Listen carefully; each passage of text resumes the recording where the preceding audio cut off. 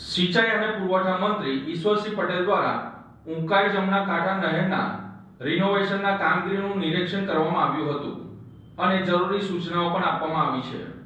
સિંચાઈ અને પુરવઠા મંત્રી ઈશ્વર પટેલે ઉકાઈ જમણા કાંઠા નહેરનું રિનોવેશનના કામનું નિરીક્ષણ કર્યું હતું। રિનોવેશનના કામગીરીના પગલે કેનાલ 36 દિવસ રિનોવેશન માટે બંધ રાખવામાં આવી છે। મંત્રી ઈશ્વરસિંહ પટેલે માંડવી તાલુકામાંથી આવતી કેનાલનું સ્થળ નિરીક્ષણ કર્યું હતું। નિર્માણાધીન કેનાલનું સ્થળ નિરીક્ષણ કરી મટીરીયલ ઉત્પાદન સાઇટની મુલાકાત પણ લીધી હતી। કેનાલના ઉપયોગમાં લેવાતી મટીરીયલની ચકાસણી પણ કરવામાં આવી હતી। ખેડૂતોને સિંચાઈ માટે વહેલામાં વહેલી તકે પાણી મળી રહે તે માટે સમય મર્યાદામાં કામગીરી પૂર્ણ કરવા સૂચના આપવામાં આવી હતી। ખેડૂતોને નુકસાન ન થાય તે માટે પણ ધ્યાન રાખવામાં આવ્યું છે। બાંધકામનું નિરીક્ષણ કરી મટીરીયલની ગુણવત્તાની ઈશ્વરસિંહ પટેલે ચકાસણી કરી હતી। કોન્ટ્રાક્ટર અને અધિકારીઓને જરૂરી સૂચનાઓ પણ ઈશ્વરસિંહ પટેલે આપી હતી।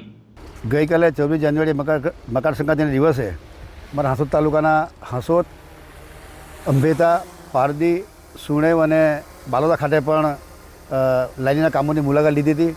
આજ રોજ અહીંયા ઉકાઈ કાંકરાપાર પ્રોજેક્ટની કાંકરાપાર જમણા કાંઠા નહેર પર ચાલી રહેલા અગત્યના સુધારણા સ્ટ્રક્ચરના કામો, જે 6 જેટલા કામો છે, જે વર્ષોથી લોકોના ખેતરોમાં પાણી ભરાતા હતા, એના કારણે કેનાલની નીચે સાયફન બનાવીને જે ભૂતકાળની અંદર ચોમાસામાં પાણી ભરાતા સમયસર પાક વવાતો નહોતો, એની ચિંતા કરીને 27 કરોડના ખર્ચે આ 6 જેટલા સાયફનની કામગીરી ચાલી રહી છે અને એ 30-35 દિવસની કામગીરી પણ પૂર્ણ થવાની છે।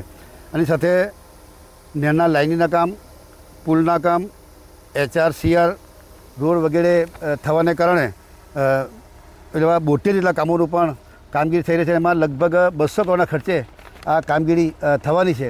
એની સાથે સાથે ઓલપાડ તાલુકાની અંદર પણ ચોમાસાના એડવાન્સની અંદર ડ્રેનેજના કામો પૂરા થાય એના માટે પણ 8 કરોડના કામો મંજૂર કરેલા છે। હાંસોદ તાલુકાની અંદર પણ 10 જેટલી મશીનરી દ્વારા 85 કિલોમીટરના જે ડ્રેનેજો છે એ પૈકીની 36 કરોડની 36 કિલોમીટર ડ્રેનેજની કામગીરી પૂર્ણ થઈ છે।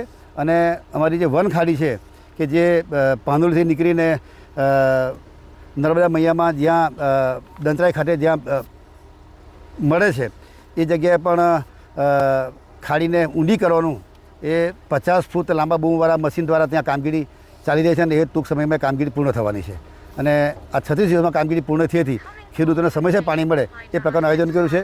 કોન્ટ્રાક્ટરશ્રીને અને અધિકારીશ્રીને પણ સૂચના આપવામાં આવી છે કે કામો સમયસર પૂરા થાય, સારા ક્વોલિટી જળવાઈ રહે એ પ્રકારની એમને સૂચના પણ આપવામાં આવી છે।